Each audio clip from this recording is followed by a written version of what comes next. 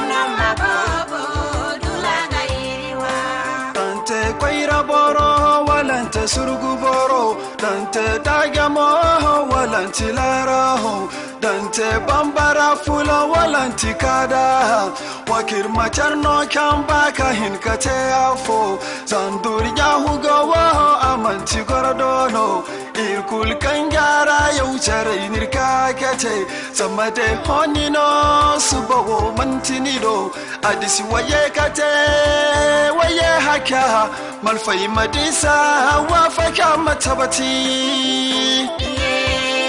malizi wakir machaladi kahin kate afu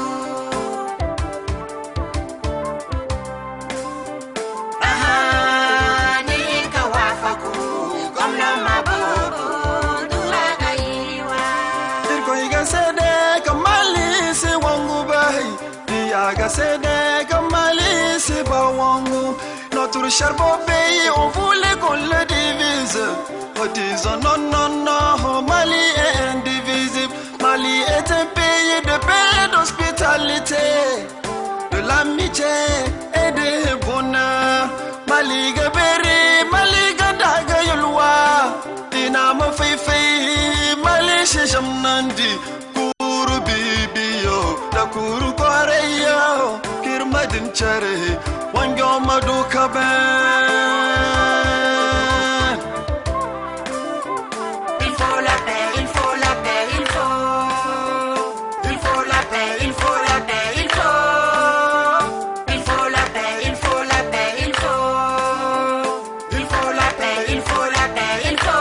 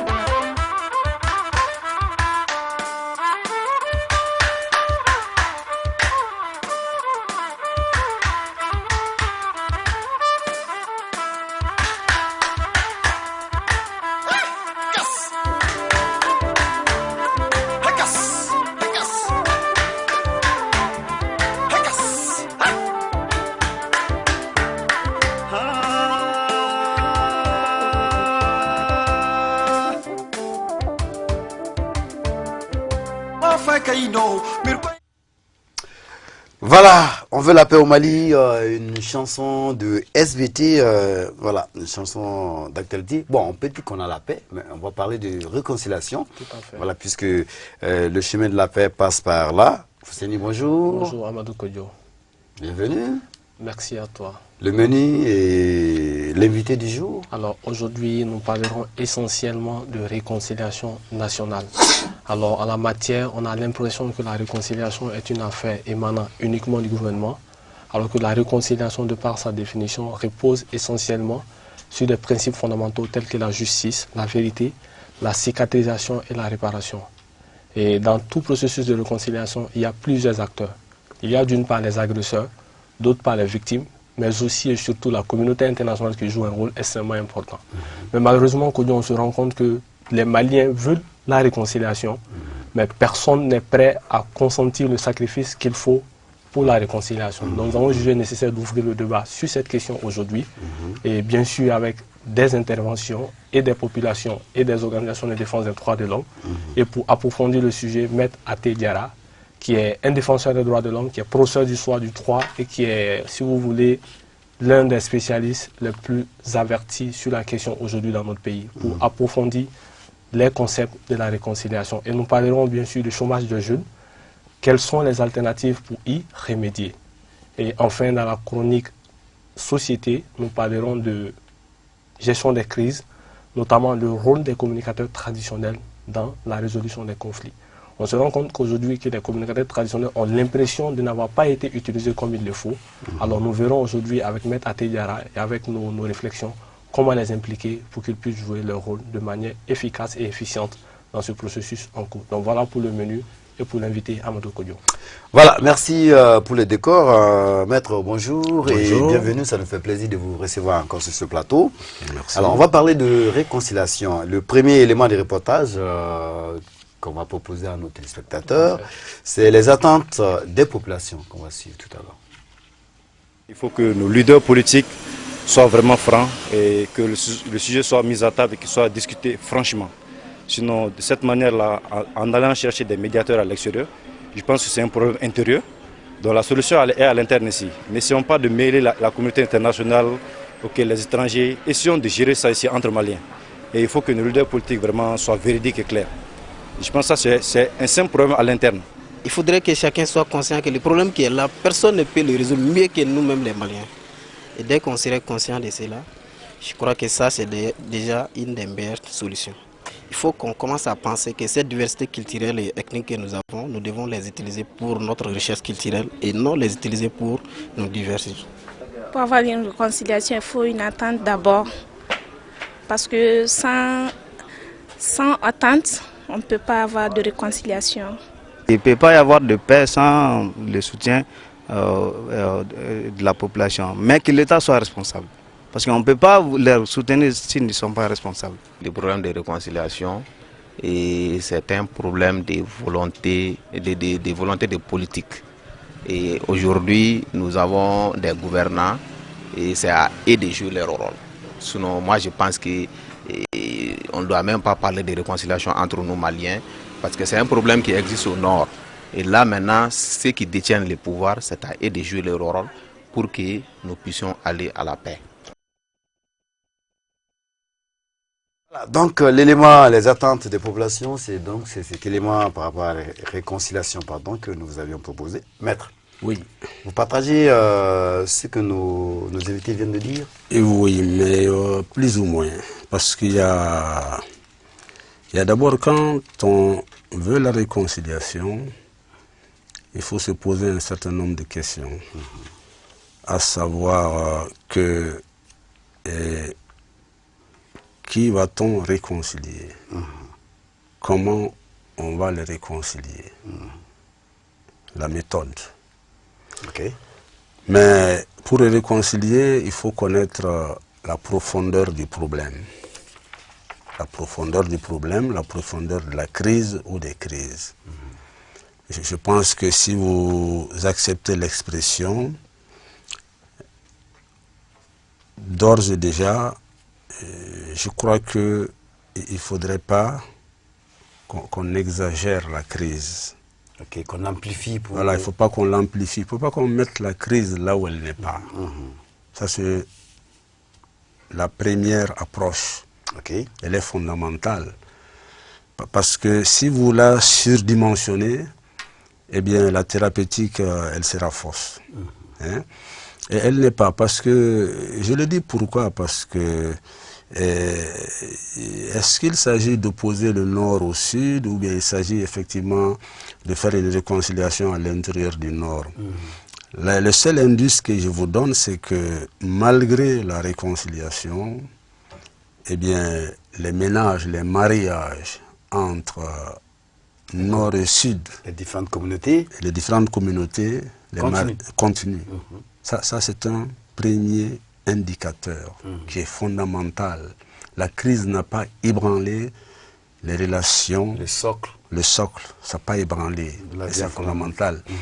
Mais maintenant, là-dessus, ce que je déplore simplement, c'est que, sauf erreur de ma part et mes limites objectives, moi j'estime que on n'a pas fait beaucoup travailler nos amis sociologues et anthropologues sur la question. C'est fondamental quand on veut apporter une réponse à un problème de société, il faut faire travailler les secteurs. Moi je ne suis pas sociologue, je suis juriste, mais je pense que fondamentalement le gouvernement devrait vraiment avoir ce qu'on appelle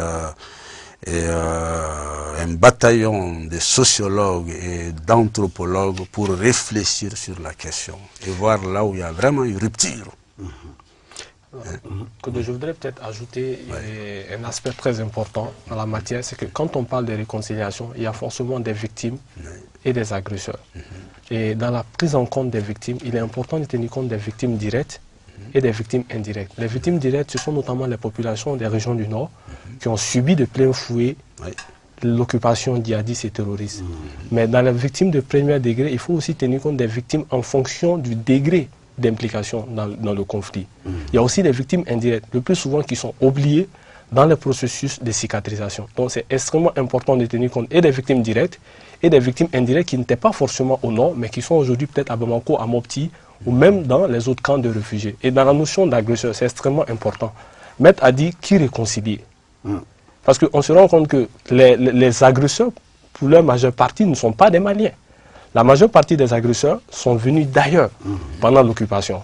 Donc il y a un véritable problème de réconciliation ici à ce niveau. Et il est important aujourd'hui qu'on tienne compte de cet aspect pour se dire qu'il est très difficile d'avoir une justice punitive, mais de mettre l'accent sur ce qu'on pourrait appeler une justice transitionnelle. Et je pense que Maître pourra développer un peu plus en profondeur cette notion. Mais c'est vraiment très très très compliqué parce que si les victimes sont connues et actuellement disponibles, mais les agresseurs, pour leur majeure partie, ne sont plus au Mali. Donc c'est un aspect très important.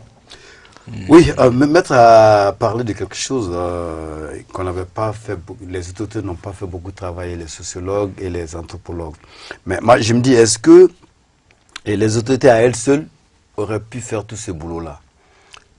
Bon, oui, parce que la question de fond, en fait, puisque c'est les autorités qui coordonnent tout, je ne connais pas l'état de recherche au niveau des universités aujourd'hui.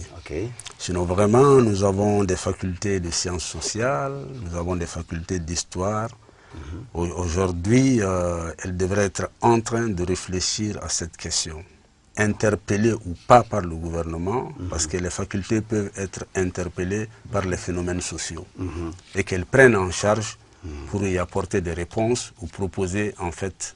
Donc ça aurait pu être l'objet de recherche. Absolument, l'objet de recherche, l'objet de débat universitaire, comment nous réconcilier, est-ce qu'il faut en fait une réconciliation essentiellement nationale ou bien il faut faire intervenir les téléspectateurs l'ont dit, ceux qui ont été interrogés, est-ce que la dimension internationale dans la question. Mais là je pense que ça c'est une erreur, hein. C'est une erreur parce que la dimension internationale elle est importante. Parce que nous devons retenir qu'après 1945, il faut le dire, c'est important, nous avons eu deux héritages. Le premier héritage, c'est le Conseil de sécurité, qui n'existe pas, et qui est le socle, effectivement, de tout ça. Mais le deuxième héritage, c'est qu'il y a eu ce qu'on appelle les mécanismes de mise en tutelle des pays qui ont connu des crises. Qu'on le veuille ou non, quand les Nations Unies sont chez vous, vous êtes plus ou moins sous tutelle. C'est clair. Parce que votre souveraineté est partagée. Limitée.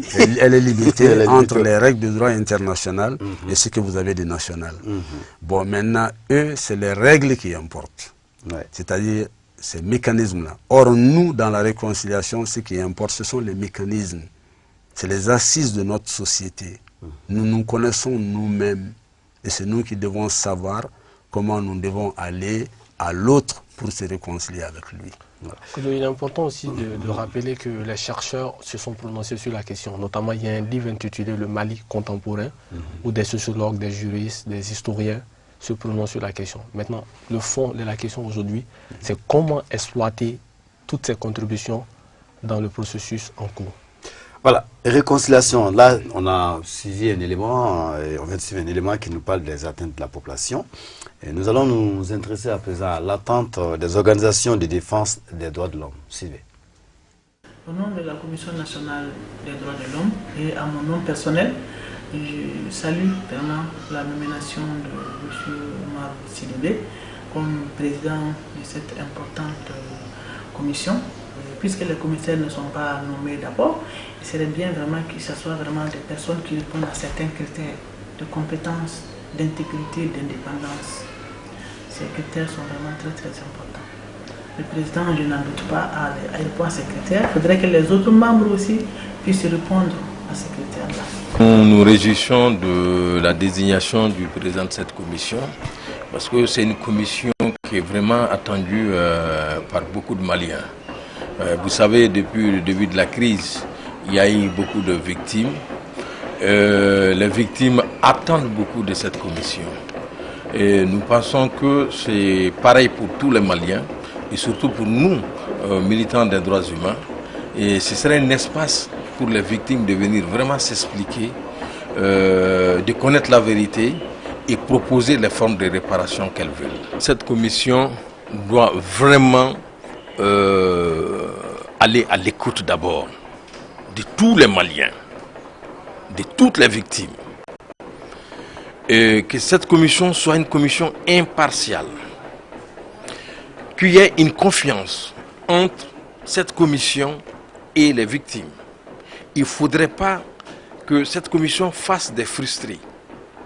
C'est-à-dire, il ne faudrait pas qu'on minimise le problème des victimes. Moi, j'ai peut-être perdu un âne. L'autre a perdu sa maison. J'ai perdu un âne. Ce que l'âne représentait pour moi, ce n'est pas à la commission de juger ce que l'âne représente pour moi. C'est à moi d'exprimer ce que cet âne-là pouvait m'apporter. Donc si on essaie de faire une comparaison pour reléguer au second plan les affaires, les problèmes de certaines victimes, en les comparant à d'autres victimes, la commission va échouer.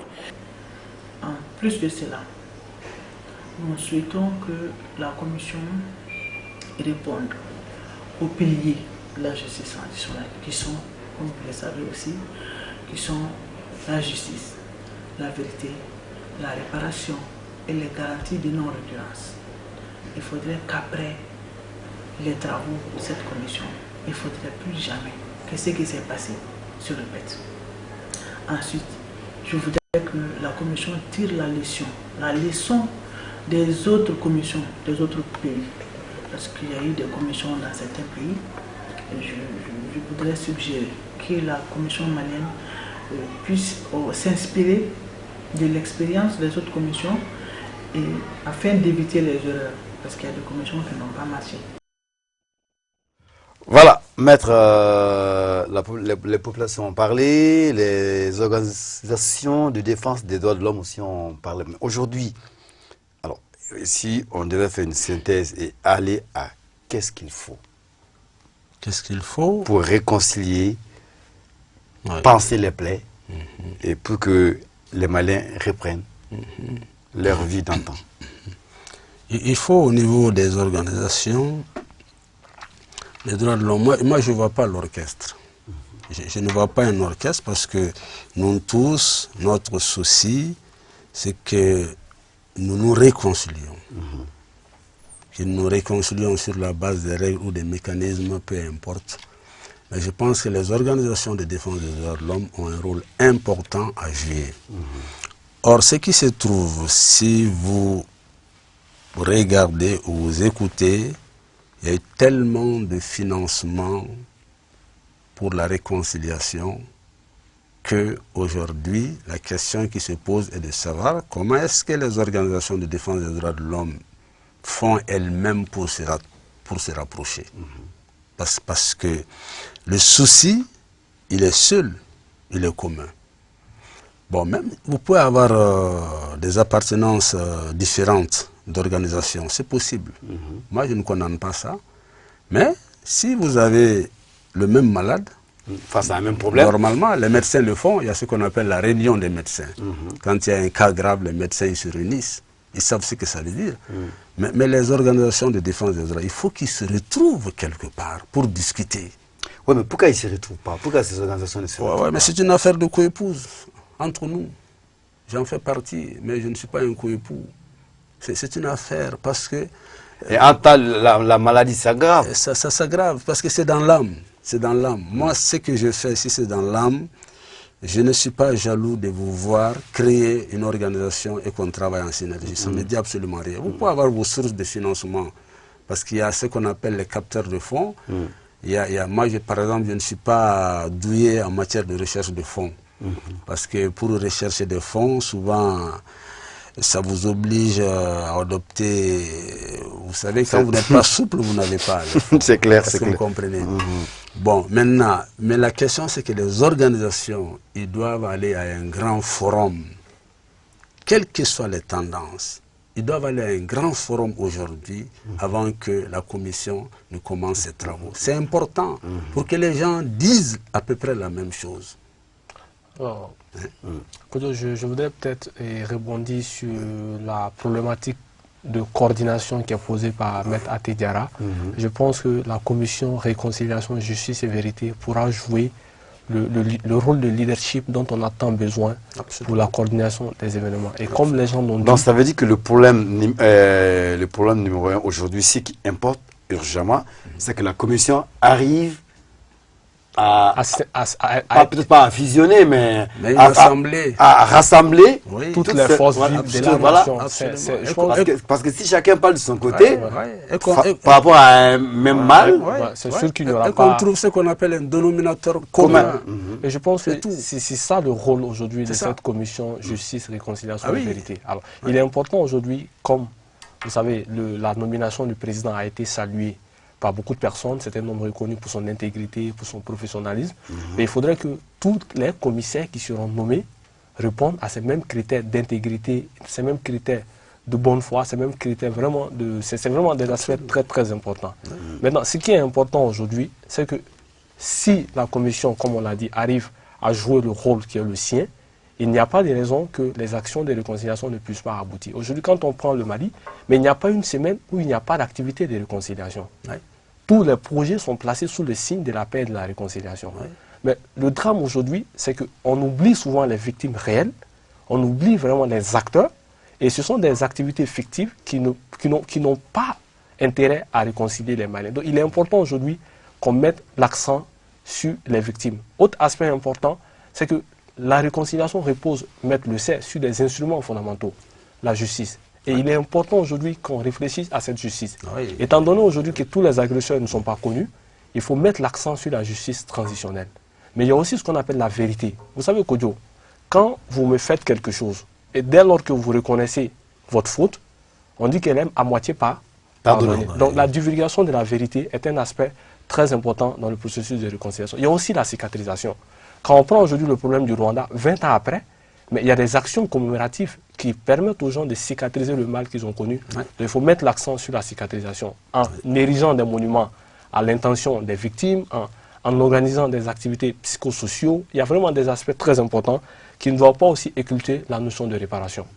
C'est très très important. On ne pourra pas amener la justice, mais quand on répare le mal que tout le monde a vécu, je pense que ça peut être des aspects très importants à créer des conditions d'une réconciliation au Mali.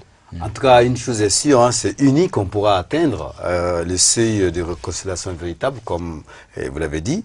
Et on ne finira pas d'en parler. Et on va prolonger les jours à venir d'autres aspects. Notamment la justice transitionnelle. Voilà, de cette réconciliation. Voilà. Alors, avant de retrouver la rubrique jeunesse, une pause musicale.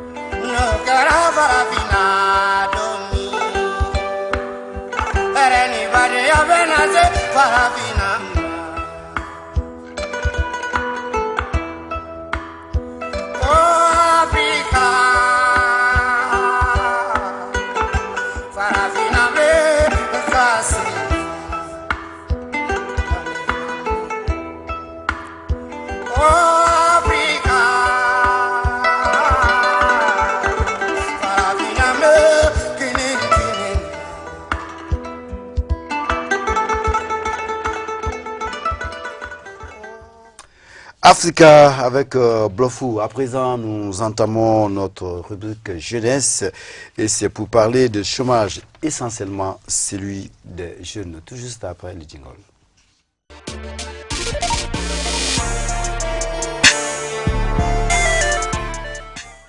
Alors, la semaine dernière, Foussine s'est intéressé aux causes du chômage des jeunes. Il va de soi qu'aujourd'hui, qu'on ouvre le débat sur les conséquences et les pistes de solutions pour y remédier, Foussine. Tout à fait, Amadou Kodjo. Je pense que les conséquences, aujourd'hui, elles sont connues par tous les Maliens. Mais aujourd'hui, quelles sont les alternatives pour y remédier? On se rend compte qu'il y a des initiatives qui sont prises en la matière pour répondre aux problèmes de chômage des jeunes. Alors nous avons un reportage sous la main, un reportage qui fait état de 6 000 emplois qui seront créés, notamment dans les services. C'est très important que nous voyons ce reportage et nous revenons sur le plateau pour d'autres informations. Trouver un emploi sûr, c'est la préoccupation majeure des jeunes. Très souvent, leurs regards sont portés sur l'État pour la solution à la question de l'emploi. Comme on l'a dit, l'État ne crée pas de l'emploi. L'État fait la promotion, assiste un peu le secteur privé pour aller à la création de l'emploi. L'État stimule la création d'emplois, notamment à travers le partenariat public-privé, comme récemment avec le projet Point Service Relais de l'Agence pour la promotion de l'emploi des jeunes APEJ. Il consiste à installer 2000 points service relais. Et dans ces points service relais, il s'agit de fournir des services de base aux populations. Donc ces services consistent essentiellement à la fourniture au transfert d'argent d'abord. Ensuite, il y a le paiement des factures d'eau, d'électricité, le paiement des billets. Quand on organise des matchs internationaux de football par exemple. Pour la première fois, c'est le partenaire qui apporte 80% de l'investissement. L'État ne fait qu'accompagner en apportant 20%. Soit 16 milliards d'investissements du partenaire et 4 milliards de l'État à travers l'Agence pour la promotion de l'emploi des jeunes. Grâce à ce partenariat public-privé, c'est 6 000 emplois directs qui vont être créés, sans compter les emplois indirects qui seront générés. Voilà, 6 000 emplois de prévus, maître. Les causes, on en a parlé la semaine dernière. Et selon vous, quelles sont les conséquences du chômage des jeunes et les pistes de solutions? Et bon, conséquences, pistes de solutions. On peut en parler, les pistes de solutions, quand on revient un peu en arrière sur les causes. Ah oui, les causes, parce que la question, si on veut la diagnostiquer, vraiment, c'est de savoir est-ce que le chômage des jeunes est dû à des branches arriérées de notre développement. J'entends par branche arriérée, par exemple, le niveau de l'industrialisation qui peut faire qu'on ait un chômage, ou bien le niveau du développement en fait agricole, c'est-à-dire la distorsion entre, si vous voulez, les techniques industrielles ou bien les techniques d'exploitation de l'agriculture et le rendement. Cela peut effectivement provoquer le chômage s'il y a une distorsion. Alors il faudrait vraiment qu'on arrive à comprendre cela. Pourquoi il y a autant de chômeurs? Oui, pourquoi il y a autant de chômeurs? Je sais que ça a fait l'objet d'un débat, vous avez dit la semaine dernière. Voilà, on a beaucoup parlé d'adéquation entre l'école et le marché de l'emploi. Oui. Bon, et puis peut-être qu'il n'y a pas que ça. Il n'y a pas que ça, il y a d'autres paramètres. Il y a d'autres paramètres, il y a d'autres paramètres parce que pour moi, j'ai peine à voir qu'il n'y a pas, par exemple, de travail à mi-temps pour les étudiants. Comme on dit en bambara, ni bas de dobi, c'est que dobi les gens ont coutume de dire que les jeunes sont des fainéants. En quelque sorte, c'est fainéant. Mais ça ne tient pas.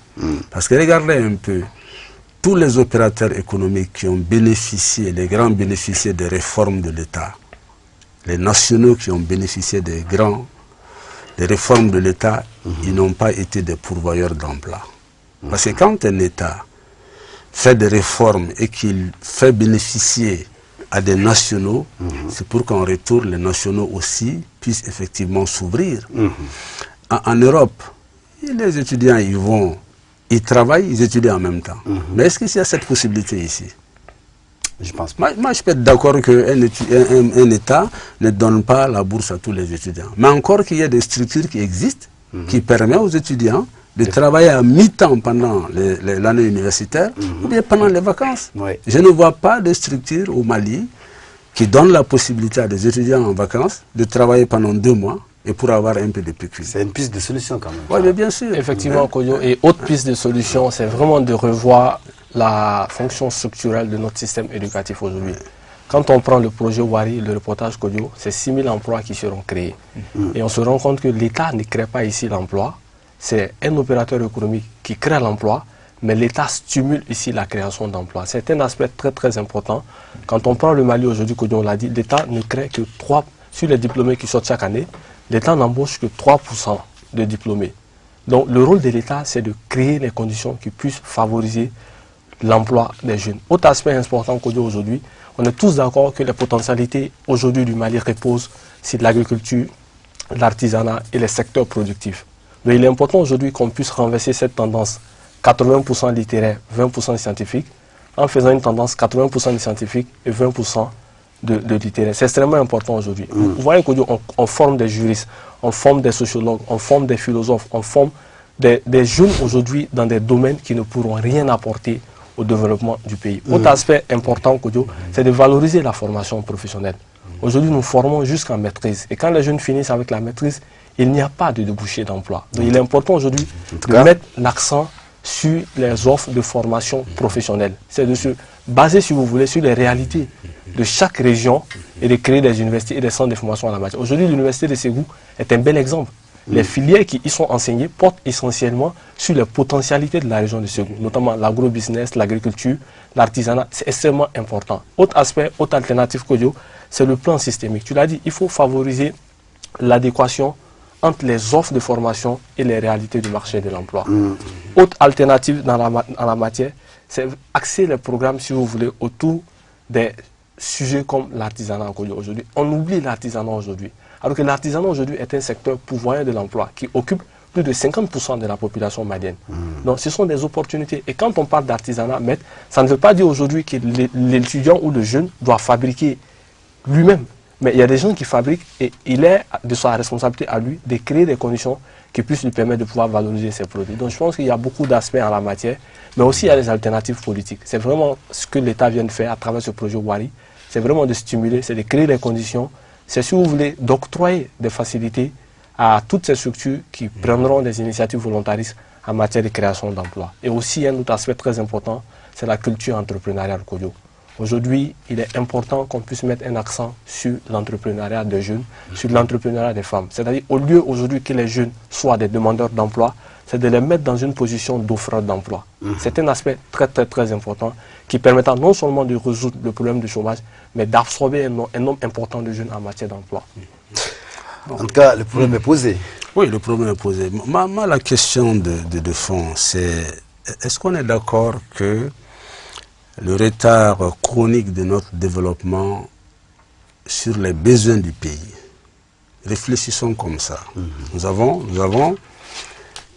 un développement en fait qui est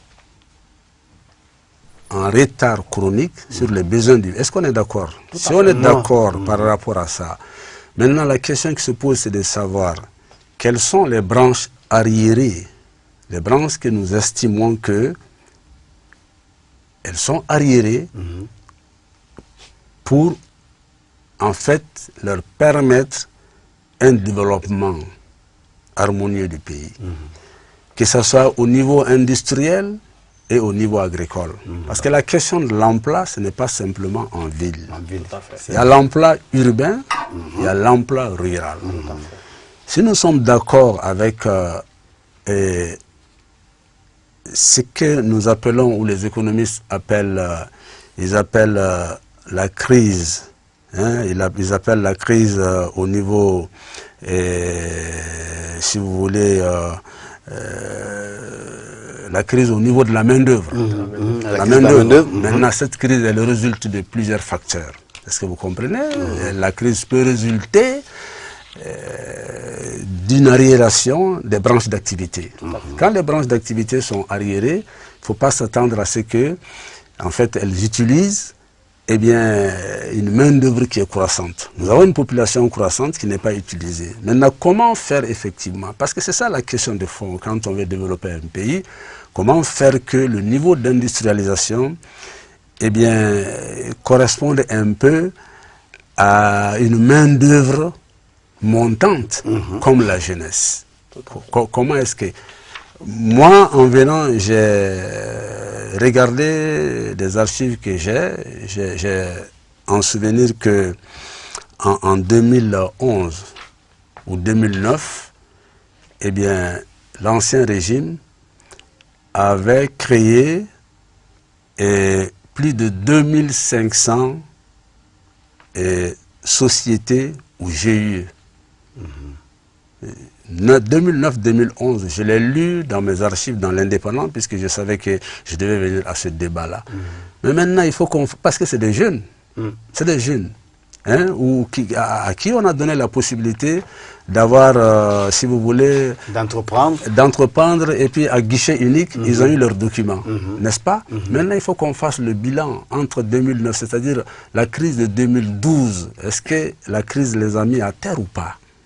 Est-ce qu'ils sont là, Est-ce qu'ils sont là ou pas là? Parce que c'est important, parce que c'est des jeunes. Est-ce que les problèmes qu'ils rencontrent, c'est quoi? C'est qu'ils vivent, comment pouvoir les aider, les réinsérer? Oui, c'est la classe moyenne intellectuelle, j'ai compris. Ce que Maître est en train de dire, c'est d'autant plus important aujourd'hui qu'on se préoccupe tous de la création d'emplois. Mais on se soucie très peu du nombre d'emplois qui sont perdus chaque jour au Mali. C'est un aspect très important. Il y a des emplois qui se perdent tous les jours au Mali. Donc autant nous devons réfléchir à des conditions permettant de créer des emplois, mais nous devons aussi réfléchir à des mécanismes permettant de sauvegarder les emplois existants. Peut-être de sauvegarder aussi. J'aurais voulu qu'on fasse le bilan de ces entreprises et aussi des jeunes qui ont été à l'Office du Niger. Ils étaient nombreux. Des jeunes, c'est-à-dire une classe moyenne intellectuelle qu'on a voulu ruraliser entre griffes, n'est-ce pas? Pour en faire des chefs d'entreprise agricole. Parce que c'est fondamental. Quand on veut aller loin, il faut ménager sa monture. C'est très important pour demain, pour notre avenir, la question de la jeunesse. Et comment on va mettre leurs pieds dans l'étrier pour qu'ils jouent leur rôle, pour que la jeunesse, en tout cas, prenne sa place, son positionnement. Parce qu'aujourd'hui, diplômés comme non diplômés, ils appartiennent tous à la classe moyenne. On est d'accord? Maintenant, si on veut leur sortir de cette condition, parce que les sortir de la condition des classes moyennes, c'est-à-dire une classe moyenne déshéritée, entre griffes, si vous acceptez l'expression, et faire d'eux une classe moyenne d'espoir, mais c'est toute une réflexion. Qui vont des causes absolument et aider à ce que, regardez un peu ce que les États-Unis ont fait il y a 3 ou 4 mois. Les États-Unis, le président Obama, il a fait venir des chefs d'entreprise de quelques pays, n'est-ce pas? Est-ce que vous comprenez? Parce que les États-Unis sont en train de préparer des leaders. Des jeunes leaders, oui. Il y avait même des Maliens qui Mais nous avons cette possibilité chez nous. Nous avons cette possibilité de le faire aussi. Hein? Parce que, vous savez, quand on veut changer, on cible des couches. Il y a des couches qui sont porteurs d'espoir, ou porteuses d'espoir, excusez-moi.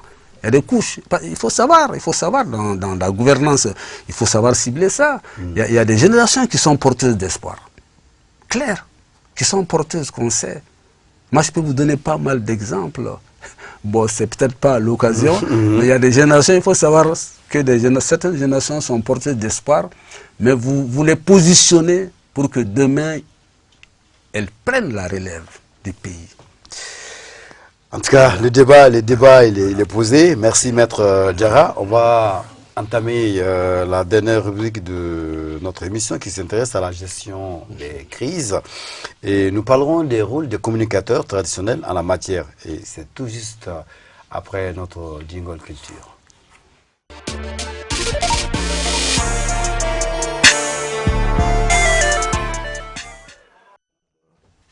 Voilà. Alors, on retrouve la rubrique culture, Fousseni, et nous parlons aujourd'hui du rôle des communicateurs traditionnels en la matière. Effectivement, ils ne sont pas là sur ce plateau avec nous, Amadou Kodjo, mais nous avons trouvé le moyen de leur donner la parole pour qu'ils nous disent quels peuvent être leurs rôles dans la gestion des conflits. Et nous voudrons vous proposer cet élément de reportage et nous revenons sur le plateau pour la discussion. Le Nyamakala, mais c'est pour la paix, c'est pour l'entente, c'est pour la joie, c'est pour la cohésion, c'est pour la concorde, c'est pour l'union. Si vous voyez un griot ou un Nyamakala devant votre porte, il vient vous apporter la bonne nouvelle. Et Djalia fait partie des institutions socio-culturelles du Mali. À partir de Sundiata, un Djeli, c'est un intellectuel. Un Djeli, c'est la mémoire collective de la nation. Un Djeli, c'est le journaliste de la guerre.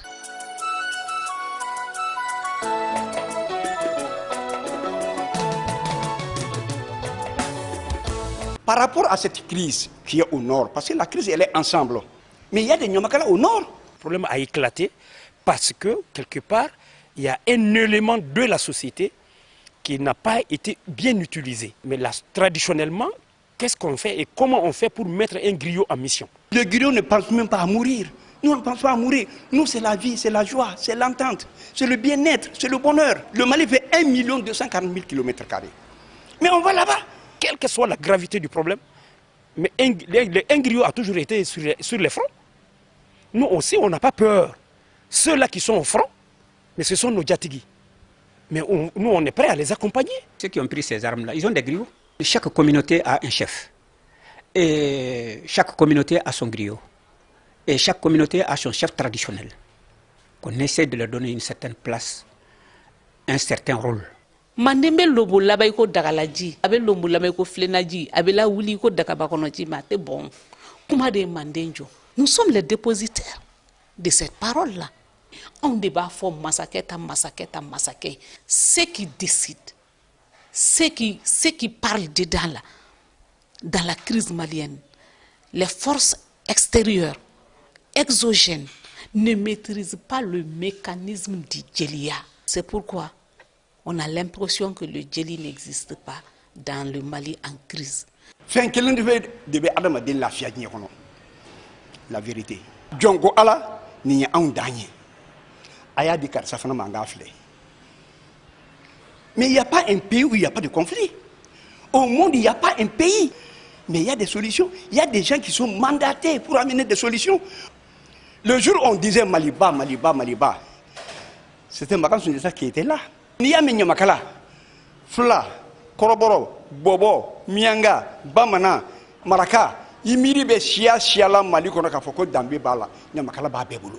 Alors ce conflit est notre conflit. Nous sommes disposés, nous sommes prêts à accompagner ce beau Mali, ce grand Mali, avec l'ensemble de tous les Nyamakala du Mali.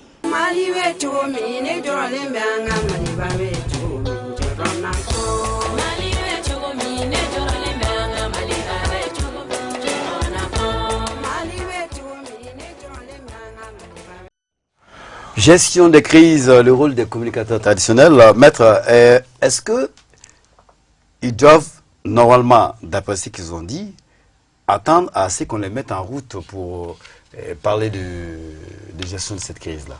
Oui. Bon. J'ai entendu quelque chose qui m'a plu. La dame Souadou a dit que les griots sont des intellectuels. Parce que quand on dit intellectuel au XIIIe et XIVe siècle, ça a tout son sens. On est au-dessus de certains mêlés. Mais aujourd'hui, c'est difficile. C'est très difficile parce que ces griots qui parlent, est-ce que chacun peut dire que je n'appartiens à aucun parti politique? Parce qu'il y a des missions sociales pour les jouer, il faut être au-dessus de la mêlée. Donc, moi, je les vois à l'image des magistrats. Je les vois à l'image des militaires. Parce qu'ils votent, mais ils ne s'identifient pas par rapport à un parti politique. Et s'ils arrivent à avoir ce niveau, c'est fondamental. Mais est-ce qu'il y a ça? Parce que quand on s'identifie à un parti, c'est un problème. On prend cause et effet. Ah oui, pour les griots, c'est un problème. C'est sérieux. Donc ça pose la problématique alors de la crédibilité. Et de leur neutralité. De leur neutralité. C'est ça la question de fond. Il faut qu'ils règlent ça à leur niveau d'abord. Sinon, moi, j'ai visité le siège de Recoutrade quand Ben Chérif en était le président, vers le lycée Sarr. Parfait. Je lui ai dit, et je m'en vais le répéter, j'ai dit, mais si j'étais de ceux qui décident dans ce pays, je vous aurais créé un département chargé de relations traditionnelles. Je l'aurais mis à la place ou en même temps que le département des cultes. Parce qu'ils ont leur rôle à jouer dans la société. À l'époque, moi, je n'avais pas personnellement pensé à un département des cultes, mais je pense à un département des relations traditionnelles. On était loin des événements de 2012. Parce que nous sommes un pays qui avait l'ambition, si vous voulez, d'uniformiser son droit, son système, n'est-ce pas? Mais aujourd'hui, nous avons l'histoire nous rattrape. L'histoire nous rattrape parce qu'on est en train de nous rappeler que nous sommes un pays culturel, que nous avons nos cultures. Est-ce que vous comprenez? Et nous avons vécu une phase, si vous voulez, révolutionnaire, socialiste, où on avait tendance effectivement à sortir de ce traditionnalisme. Maintenant, nous revenons là-dedans. Nous revenons là-dedans comme avant les indépendances. Mais si cela est, il faut que chacun joue son rôle. Ils ont leur place dans cette histoire. Il a dit, le président de Recoutrade, il a dit que chaque communauté a son griot. Maintenant, la question de fond, c'est que les griots de chaque communauté, comment ils communiquent entre eux. Comment ils communiquent, comment ils règlent le conflit. Est-ce qu'ils se parlent? Voilà. Est-ce qu'ils sont ensemble? Ça, on rejoint un peu... Comment? Parce qu'ils sont sociologues, ils sont anthropologues entre nous, même s'ils n'ont pas été à l'école classique. Parce que c'est ça l'erreur aussi, de croire que parce que nous avons été à l'université classique, nous sommes diplômés et nous sommes donc... non, pas ça forcément. Pas ça forcément. La dame, ce qu'elle a dit, c'est la vérité, c'est les intellectuels parce qu'on réfléchit. Un griot, avant de parler demain, il réfléchit, c'est à quoi vraiment il doit dire.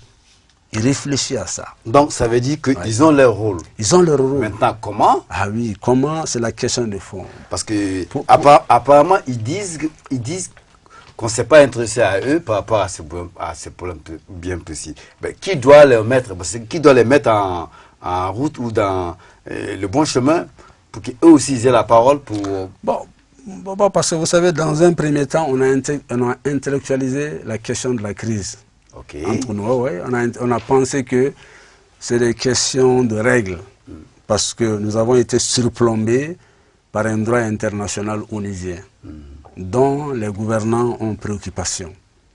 Parce qu'on vous dit, si vous allez à gauche, si on sait que ça ne va pas, on vous dit, ah non, attention. Vous savez, donc on a mis de l'avant la question des règles du droit international. C'est le système de pilotage. Voilà.